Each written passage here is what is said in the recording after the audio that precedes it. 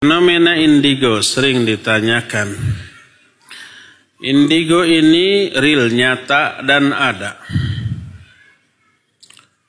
Dan penyebab utama terjadinya indigo pada diri seorang anak adalah karena mungkin kakek buyutnya ke atas dahulunya pernah ada yang menjadi dukun, tukang sihir, atau peramal atau yang sejenisnya yang pernah mengadakan perjanjian dengan setan dari kalangan bangsa jin.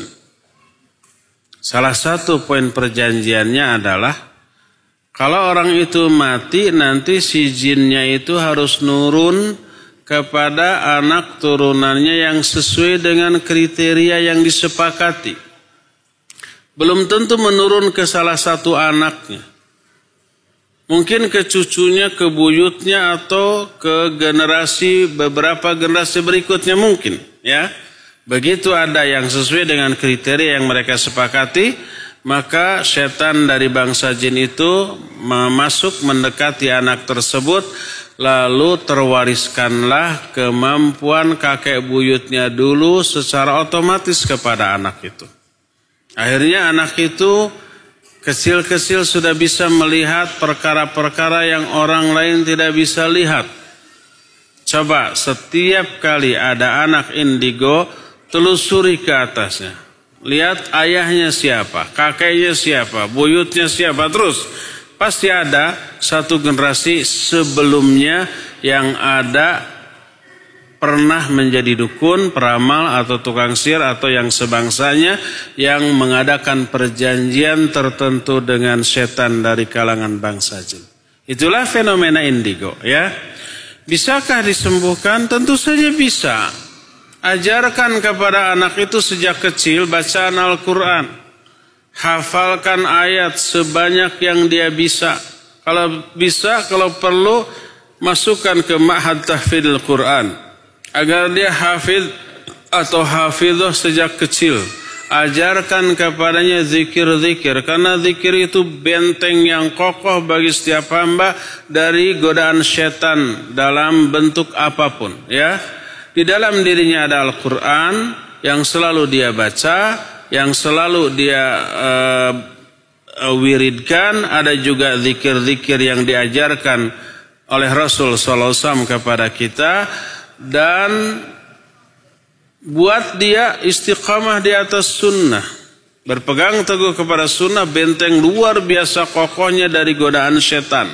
Ajarkan juga kepada dia tauhid, agar tauhid ini tertanam. Ajarkan asma dan sifat Allah kepada dia semendalam mungkin, sehingga tertanam kuat dalam jiwa kita. Nah, kalau jiwa anak itu sudah seperti itu, akidahnya mendalam, tauhidnya juga kokoh kuat, amalan sunnah itu terpelihara, teraplikasi dalam amalannya, dalam kesehariannya.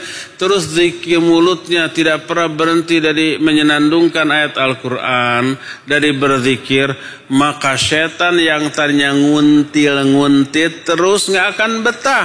Dia pasti pergi meninggalkan dia untuk selama-lamanya. Akhirnya fenomena indigo dari diri dia itu akan hilang. Ingat, orang yang punya kemampuan indigo seperti itu bukan orang yang memiliki kelebihan, bukan. Itu bukan kelebihan, tapi itu kelemahan.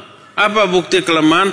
Karena bisa diintervensi oleh setan dari kalangan bangsa jin.